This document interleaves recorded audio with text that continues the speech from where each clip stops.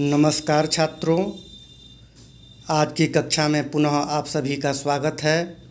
मैं डॉक्टर ओम प्रकाश आर्य, assistant professor, महाराजा college, Sanskrit विभाग, वीर कुंवर सिंह विश्वविद्यालय, आरा, आपके समक्ष शुकनासोपदेश के चतुर्थ अनुच्छेद के साथ उपस्थित हूँ। हम लोगों ने इस शुकनासोपदेश के अब तक 3 अनुच्छेदों को पढ़ लिया है। आज चतुर्थ अनुच्छेद को पढ़ेंगे। आइए इस अनुच्छेद का पाठ आरंभ करते हैं। यह चतुर्थ अनुच्छेद आपके समक्ष उपस्थित है।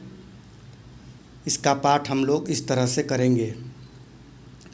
अजस्रमक्षपावसान प्रबोधा घोरा च राज्य सुख सन्निपात निद्रा भवतीति विस्तरेणाभिधीयसे।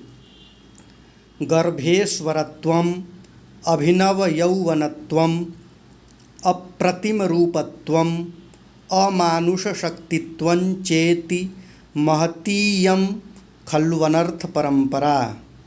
सर्वाविनयानाम् एकैकम् अपि येषाम् आयतनम् किमुत समवायः। पुनः एक बार देखें। अजस्रम अक्षपावसान प्रबोधा घोरा च राज्य सुख सन्निपात निद्रा भवतीति विस्तरेणाभिधीयसे। गर्भेश्वरत्वम् अभिनवयौवनत्वम् अप्रतिमरूपत्वम् अमानुषशक्तित्वं चेति महती इयं खलु अनर्थ परंपरा। सर्वाविनयानाम् एकैकम् अपि येषाम् आयतनं किमुत समवायः। इस गद्यांश का अर्थ इस प्रकार से करेंगे। राज्य सुख सन्निपात निद्रा। राज्य सुख सन्निपात का अर्थ होता है समूह। राज्य सुख समूह से उत्पन्न निद्रा। अजस्रम अक्षपावसान प्रबोधा घोरा च भवति। अजस्र का अर्थ होता है निरंतर। सदा ऐसी घोर होती है कि रात्रि की समाप्ति पर भी जागा नहीं जा सकता। विस्तरेण, इसलिए विस्तार पूर्वक अभिधीयसे कहे जाते हो, अर्थात इसलिए मैं तुम्हें विस्तार पूर्वक कह रहा हूँ। यह मंत्री शुकनास चंद्रापीठ से कह रहे हैं।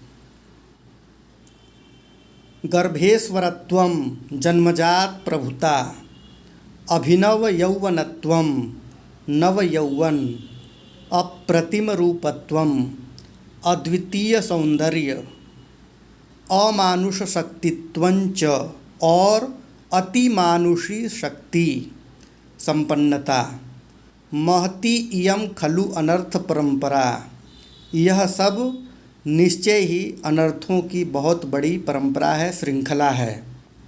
येषाम् एकैकम् अपि, येषाम् इनमें से, एकैकम् अपि एक एक करके अकेला भी, सर्व अविनयानाम आयतनम, सभी अविनयों का अर्थात धृष्टताओं का निवास स्थान है।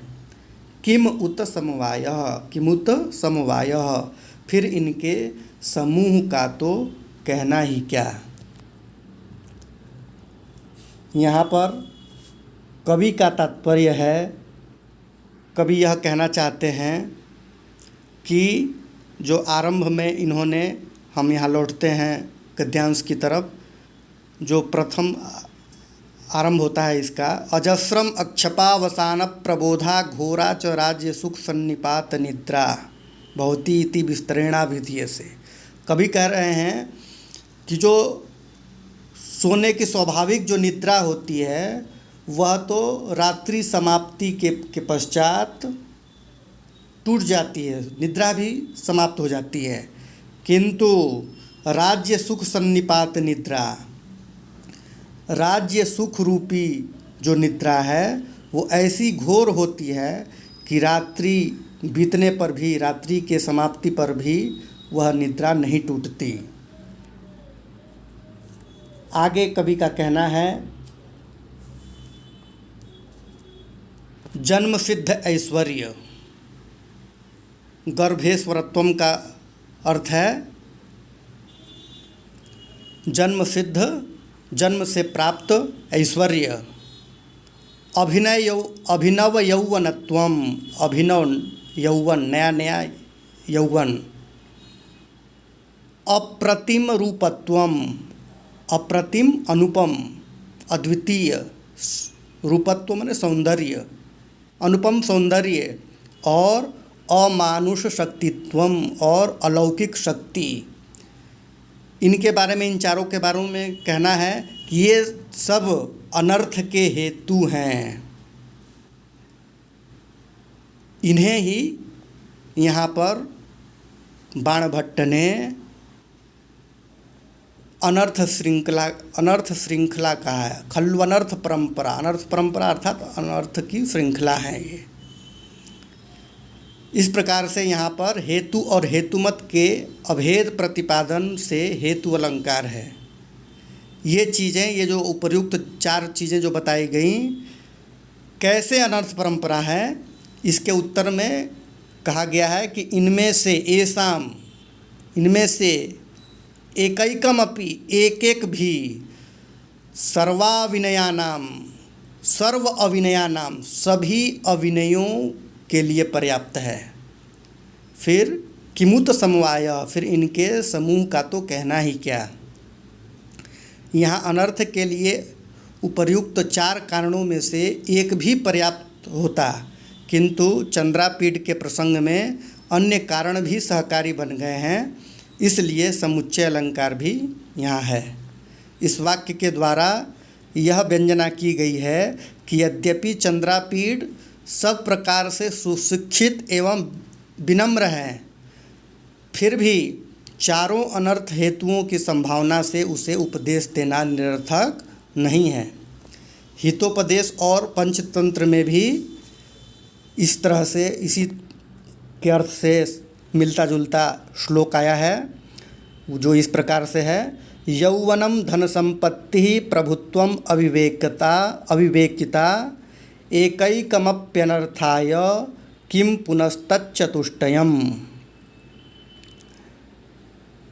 इस श्लोक में भी बिल्कुल अभी जो हम लोगों ने अर्थ पढ़ा गर्भेश्वरत्वम इत्यादि का, वही अर्थ इस श्लोक का भी है। हम लोग इस गद्यांश के अंतर्गत आए हुए पद हैं, उनके प्रकृति प्रत्यय समास आदि विग्रह को समझते हैं। सर्वप्रथम इसमें पद है अक्षपावसान प्रबोधा। क्षपा का अर्थ होता है रात्रि, समास विग्रह होगा क्षपायाः अवसानम, क्षपावसानम। क्षपावसाने प्रबोधः यस्याः सा क्षपावसान प्रबोधा। न क्षपावसान प्रबोधा अक्षपावसान प्रबोधा। इस तरह से यहाँ पर नए समास हुआ, और पूर्व में बहुब्रीहि समास, षष्ठी तत्पुरुष समास भी हुआ। क्षपायाः अवसानम, यहाँ षष्ठी तत्पुरुष समास। क्षपावसाने प्रबोधः यस्याः सा क्षपावसान प्रबोधा, यहाँ बहुब्रीहि समास। न क्षपावसान प्रबोधा अक्षपावसान प्रबोधा, नए तत्पुरुष समास। प्र उपसर्ग पूर्वक बुध धातु से घय प्रत्यय करने पर प्रबोध पद निष्पन्न होता है। रात समाप्त होने पर भी जागरण न होने वाली। अगला पद है राज्य सुख सन्निपात निद्रा। राज्य सुखम एव सन्निपात निद्रा, सन्निपात ज्वरः तद्वत् प्राण हानिकरी निद्रा। कर्मधारय समास।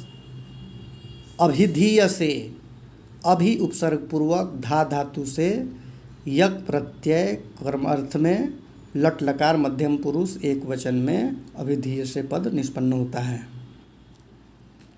अगला पद है गर्भेश्वरत्वम। गर्भात ईश्वरत्वम, गर्भेश्वरत्वम, पंचमी तत्पुरुष समास होगा। अगला पद है अभिनव यौवनत्वम। यूनः भावः यौवनम, अभिनवम यौवनम यस्य सः अभिनव यौवनः, बहुब्रीहि समास। तस्य भावः अभिनव यौवनत्वम। अगला पद है अप्रतिम रूपत्वम। अविद्यमाना प्रतिमा यस्य तद अप्रतिमम, नए तत्पुरुष समास। अप्रतिमम रूपम यस्य स अप्रतिम रूपः, बहुब्रीहि समास। तस्य भावः अप्रतिम रूपत्वम। अगला पद है अमानुष शक्तित्वम। मनुष्यस्य इयं मानुषी, मानुषी चासौ शक्तिः मानुष शक्तिः, कर्मधारय समास। नास्ति मानुष शक्तिः यस्मिन् स अमानुष शक्तिः, नए तत्पुरुष समास। तस्य भावः अमानुष शक्तित्वम। इस तरह से इन पदों का हम लोग विग्रह समास आदि करेंगे। आप सभी ने ध्यानपूर्वक सुना, समझा, इसके लिए आप सभी को धन्यवाद। आज का पाठ यहीं समाप्त होता है। पुनः एक नए अनुच्छेद के साथ आपके समक्ष पुनः उपस्थित होऊंगा। तब तक के लिए आप सभी का धन्यवाद।